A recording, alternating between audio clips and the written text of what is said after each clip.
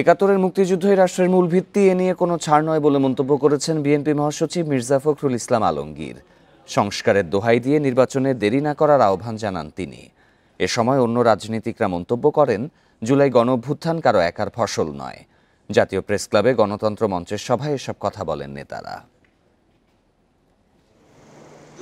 জুলাই অভ্যুত্থানে পুলিশি হামলা ও নির্যাতনের প্রতিবাদে এই সভার আয়োজন। স্বৈরাচার সরকারের নিন্দা জানান নেতারা। সভায় বিএনপি মহাসচিব মির্জা ফখরুল মন্তব্য করেন, যারা গণতন্ত্র ও দেশের অগ্রযাত্রায় বিশ্বাস করে না তারাই লাভবান হচ্ছে।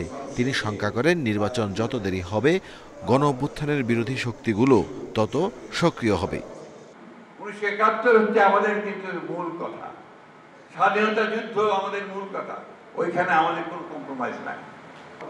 আমরা একটা নিরেট উদারপন্থী গণতান্ত্রিক রাজনৈতিক দল, আমরা কোনো বিপ্লবী দল নই। আমরা বিপ্লব করে ক্ষমতায় যাওয়ার মতো আমাদের কোনো সামর্থ্য নেই এবং সেই ইচ্ছাও নেই। রাজনৈতিক দলগুলোর সাথে আলোচনা করে সমস্যা সমাধানের তাগিদ দেন নেতারা। দ্রুত নির্বাচনের দাবিও জানান।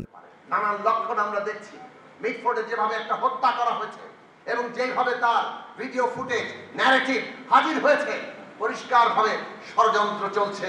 জাতি যে এক বুক আশা নিয়ে তাদের প্রতি একটা আনন্দ ভালোবাসা নিয়ে অভ্যুত্থানের পরে তাদেরকে দায়িত্ব দিয়েছিল 11 মাসে, যদি আপনি বলেন যে 10-এর মধ্যে তাদেরকে কত দেবেন, আমি 4-5 দেব তাদেরকে। এই গণ অভ্যুত্থান ফ্যাসিবাদ বিরোধী সকল রাজনৈতিক দলের হাত থেকে সরে গিয়ে মুষ্টিমেয় কিছু রাজনৈতিক দলের কাছে বা গোষ্ঠীর কাছে এটা সীমাবদ্ধ হয়ে পড়ুক। এই গণ অভ্যুত্থান আমাদের সকলের। নেতারা বলেন, সবচেয়ে বেশি জনসমর্থন রয়েছে এই সরকারের, ব্যর্থ হচ্ছে তারপরও। Arafatur Rahman, independent news, Dhaka.